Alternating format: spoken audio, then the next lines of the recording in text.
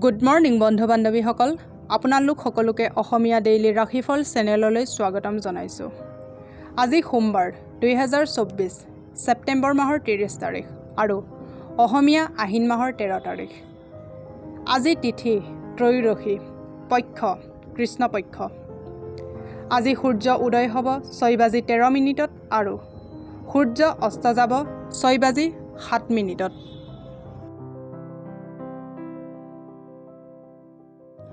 এতিয়া আহিছোঁ ৰাশিফলসমূহলৈ। মেষ ৰাশি। মেষ ৰাশিৰ জাতক জাতিকাসকলৰ খেল অথবা অন্য বাহিৰা গতিবিধিসমূহত অংশগ্ৰহণ কৰিলে আপোনাৰ হেৰাই যোৱা শক্তি পুনৰ ঘূৰাই পাব।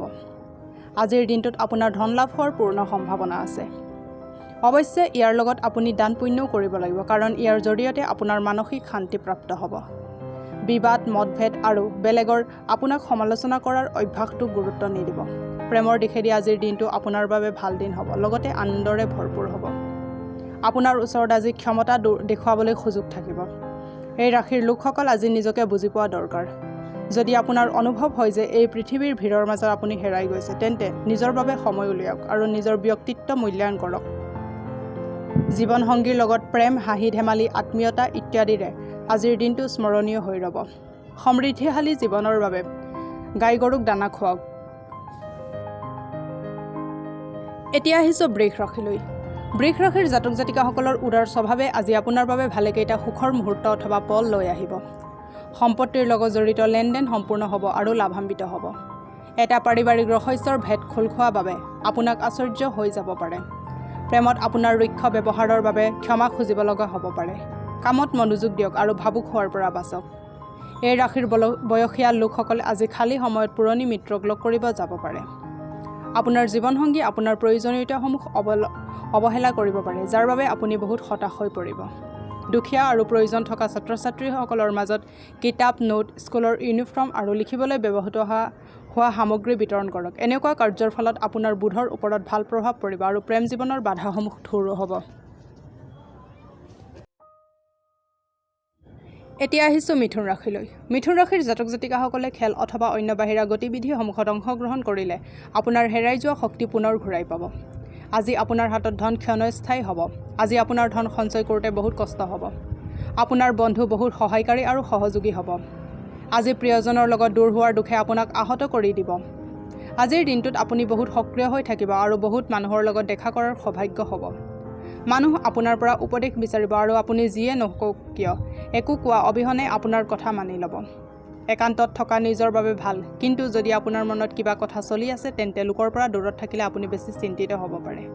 সেইবাবে চিন্তিত থাকিলে কোনোবা অনুভৱী লোকৰ লগত নিজৰ সমস্যাবোৰ আলোচনা কৰিব। কোনোবা অচিনাকি ব্যক্তি আপোনাৰ জীৱনত বহুত আগ্ৰহ দেখুৱাব পাৰে, কিন্তু দিনৰ অন্তত আপুনি অনুভৱ কৰিব যে ইয়াত কিবা ভুল আছে। নীলা ৰঙৰ কাপোৰত 7টা মাটিমাহৰ দালি, 7টা জালুকগুটি আৰু এটা কেঁচা কয়লা বান্ধি লৈ কোনোবা এৰাবাৰীত পুতি থ'লে আপোনাৰ আৰ্থিক অৱস্থাটো মনপুতভাৱে সফল হ'ব। এতিয়া আহিছোঁ কৰ্কট ৰাশিলৈ। কৰ্কট ৰাশিৰ জাতক জাতিকাসকলৰ আজিৰ বেছ সক্ৰিয়তা দেখা যাব। আপোনাৰ স্বাস্থ্য আজি আপোনাক পূৰ্ণ সমৰ্থন দিব। দীৰ্ঘাৱধি নিৱেশৰ পৰা বাচক আৰু নিজৰ বন্ধুৰ লগত বাহিৰত গৈ কিছু সুখৰ মুহূৰ্ত অতিবাহিত কৰক। পৰিয়ালৰ সদস্যই আপোনাক সকলো কথাতে সমৰ্থন কৰিব। আজি অনুভৱ কৰিব যে আপোনাৰ প্ৰিয়জন প্ৰকৃততে আপোনাক বহুত গভীৰভাৱে ভাল পায়। আপোনাৰ অনুভৱ হ'ব যে আপোনাৰ পৰিয়ালৰ সহযোগ আছে বাবে আজি আপুনি অফিচত উন্নতি কৰিব পাৰিছে। যিবোৰ বস্তু আপোনাৰ বাবে আৱশ্যক নহয় সেইবোৰ বস্তু আপুনি আজি অধিকতম সময় অপচয় কৰিব পাৰে। বৈবাহিক জীৱনৰ ফালেদি আজিৰ দিনটো বহুত ধুনীয়া দিন। একেলগে এক ধুনীয়া সন্ধিয়া অতিবাহিত কৰিবৰ বাবে পৰিকল্পনা এক হাতত লওক। আৰ্থিক অৱস্থা সবল ৰাখিবৰ বাবে সদায় পৰিষ্কাৰ পৰিচ্ছন্নতাক আৰু নিতৌ স্নান কৰক। এতিয়া আহিছোঁ সিংহ ৰাশিলৈ। সিংহ ৰাশিৰ জাতক জাতিকাসকলৰ মানসিক শান্তিৰ বাবে হতাশাৰ কাৰণসমূহ সমাধান কৰক। আজি মাটি বা আন কোনো সম্পত্তিৰ ওপৰত বিনিয়োগ কৰাটো আপোনাৰ বাবে মাৰাত্মক হ'ব পাৰে। যিমান পাৰে এইবোৰ বস্তুৰ ওপৰত নিৱেশ কৰাৰ পৰা দূৰত থাকক। ভনীৰ বিয়াৰ খবৰে আপোনাৰ বাবে সুখৰ বতৰা লৈ আহিব, তথাপি তাৰ পৰা দূৰ হোৱাৰ খবৰে আপোনাক দুখী কৰি তুলিব পাৰে। কিন্তু আপোনাৰ ভৱিষ্যতৰ বিষয়ে চিন্তা কৰা বাদ দি বৰ্তমানৰ সম্পূৰ্ণ আনন্দ লওক।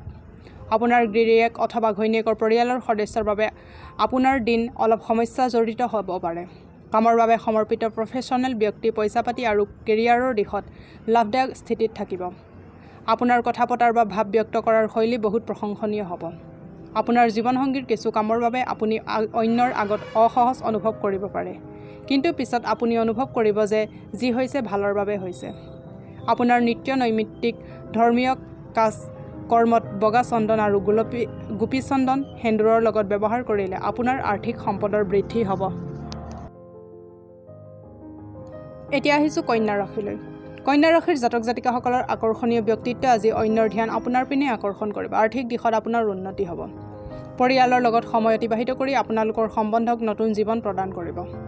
অকল এবাৰ আপুনি নিজৰ প্ৰিয়জনক একেবাৰৰ বাবে নিজৰ কৰি লওক, তেন্তে জীৱনত আপোনাৰ আৰু একো বস্তুৰে প্ৰয়োজন নাই। এই কথাক বহুত গভীৰভাৱে আপুনি হৃদয়ংগম কৰিব। অফিচত কোনোবাই আপোনাক কিছু বঢ়িয়া খবৰ অথবা সংবাদ দিব পাৰে। আপুনি যদি বিচাৰে সমস্যাসমূহৰ হাঁহিমুখে সমাধান কৰিব আৰু অথবা তাৰ মাজত পৰি চিন্তিত হ'ব পাৰে। ইয়াৰ নিৰ্ণয় আপুনিয়ে ল'ব। আপোনাৰ জীৱনসংগী আপোনাক আজি প্ৰেমৰ অনুভূতি প্ৰদান কৰিব চেষ্টা কৰিব। তেখেতৰ সহায় কৰক। যদি সম্ভৱপৰ হয় তেন্তে আহাৰ গ্ৰহণ কৰাৰ সময়ত সোণৰ চামুচ ব্যৱহাৰ কৰক। এনে কৰিলে কৰ্মজীৱনত ভাল প্ৰভাৱ পৰিব। এতিয়া আহিছোঁ তুলা ৰাশিলৈ। তুলা ৰাশিৰ জাতক জাতিকাসকলৰ আজি আত্মবিশ্বাস আৰু উৰ্জাৰ স্তৰ বাঢ়িব। ধনৰ আগমনে আপোনাক বহুত আৰ্থিক সকাহ দিব। যদি আপুনি আপোনাৰ ঘৰুৱা দায়িত্বসমূহক নেদেখাৰ ভাও জোৰে, তেন্তে কিছুমান এনেকুৱা লোক আপোনাক খং কৰিব পাৰে যিসকল আপোনাৰ লগত একেলগে বাস কৰে। আজি ৰোমাঞ্চৰ বাবে ভাল বতৰ নহয়, কাৰণ আপোনাৰ প্ৰিয়জনৰ আজি অলপ অধিক আশাবাদী হোৱাৰ আশংকা আছে। আপোনাৰ বায়'ডাটা অথবা ইণ্টাৰভিউ দিয়াৰ বাবে এয়া ভাল সময়। জীৱনৰ আনন্দ ল'বৰ বাবে আপুনি আপোনাৰ বন্ধুসকলক সময় দিব লাগে। যদি আপুনি সমাজৰ পৰা দূৰ হৈ থাকে, তেন্তে আৱশ্যকীয় সময়ত আপোনাক কোনো সহায় নকৰিব। পৰিয়ালৰ সদস্যসমূহৰ কাৰণে আপুনি অলপ সমস্যাৰ সন্মুখীন হ'ব পাৰে, কিন্তু দিনৰ অন্তত আপোনাৰ জীৱনসংগী আপোনাৰ এই সমস্যাসমূহক অলপ সহজ হোৱাত আপোনাক সহায় কৰিব। ঘৰত সুখ শান্তি বজাই ৰাখিবৰ বাবে এটা ৰূপৰ ফুলদানি বগা ৰঙৰ ফুল সজাই থওক। এতিয়া আহিছোঁ বৃশ্চিক ৰাশিলৈ। বৃশ্চিক ৰাশিৰ জাতক জাতিকাসকলৰ আজি অলপ কামৰ পৰা অব্যাহতি লৈ আৰাম কৰক আৰু এনেকুৱা কাম কৰক যি কাম কৰি আপুনি ভাল পায়। আজি কৰা আৰ্থিক নিৱেশসমূহ আপোনাক সমৃদ্ধি আৰু আৰ্থিক সুৰক্ষা প্ৰদান কৰাত সহায় কৰিব। পঢ়া শুনাক প্ৰাধান্য নিদি বাহিৰা গতিবিধিত অধিক সময় ব্যয় কৰিলে আপুনি আপোনাৰ মা দেউতাৰ খঙৰ চিকাৰ হ'ব পাৰে। কেৰিয়াৰৰ যোজনা বনোৱাৰ লগতে খেলা ধূলাও কৰাও সিমানেই আৱশ্যক। সেইবাবে মা দেউতাক সুখী কৰিবলৈ দুয়ো কামতে সমানতা বৰ্তাই ৰখা উচিত। প্ৰেমৰ দিশেদি আজিৰ দিনটো আপোনাৰ বাবে ভাল দিন হ'ব, লগতে আনন্দৰে ভৰপূৰ হ'ব। কম সময়ৰ পাঠ্যক্ৰম এটাত ভৰ্তি হৈ লওক আৰু নিজৰ দক্ষতাৰ বৃদ্ধি কৰক। ছেমিনাৰ আৰু প্ৰদৰ্শনী আপোনাক নতুন জ্ঞান আহৰণ কৰাত সহায় কৰিব। বৈবাহিক জীৱনৰ বহু ধৰণৰ লাভ থাকে আৰু আপুনি আজি সেই লাভ প্ৰাপ্ত কৰিব পাৰে। কাঁহৰ কাঁহীত মূলা লৈ যিকোনো মন্দিৰ আৰু ভিক্ষাৰীক দান দিয়ক। এনে কৰিলে পাৰিবাৰিক সুখ লাভ কৰিব। এতিয়া আহিছোঁ ধনু ৰাশিলৈ। ধনু ৰাশিৰ জাতক জাতিকাসকলৰ আজিকালিৰ মনোৰঞ্জনৰ লগত বাহিৰৰ গতিবিধি তথা খেল ধেমালিও সংযোগ কৰিব লাগে। যিকোনো ডাঙৰ যোজনা আৰু বিচাৰ আপোনাৰ মন আকৰ্ষিত কৰিব পাৰে। যিকোনো ধৰণৰ বিনিয়োগ কৰাৰ আগত সেই ব্যক্তিৰ বিষয়ে ভালকৈ সোধপোছ কৰি লোৱা ভাল হ'ব। ঘৰুৱা বিষয়সমূহত অতি সোনকালে গুৰুত্ব দিয়াৰ প্ৰয়োজন আছে। আপোনাৰ ফালৰ পৰা হোৱা ভুলৰ বাবে আপুনি বহুত লোকচান ভৰিব লাগে। আজি আপুনি চাৰিওফালে প্ৰেম আৰু প্ৰেমে বিলাই ফুৰিব। অফিচত কোনোবাই আপোনাৰ কামৰ মাজত সমস্যাৰ সৃষ্টি কৰিব পাৰে। সেইবাবে চকু খুলি ৰাখক আৰু সাৱধানে থাকক আৰু চাৰিওফালৰ সকলো গতিবিধিৰ পিনে সজাগ থাকক। যিবোৰ সম্বন্ধক আপুনি গুৰুত্ব প্ৰদান কৰে সেইবোৰ সম্বন্ধক সময় দিয়াও শিকিব লাগে, নহ'লে সম্বন্ধ ভাঙিব পাৰে। বৈবাহিক জীৱনৰ বাবে আজি বহুত বিশেষ দিন। আপোনাৰ জীৱন লগৰীক প্ৰকাশ কৰক যে আপুনি তেওঁক কিমান ভাল পায়।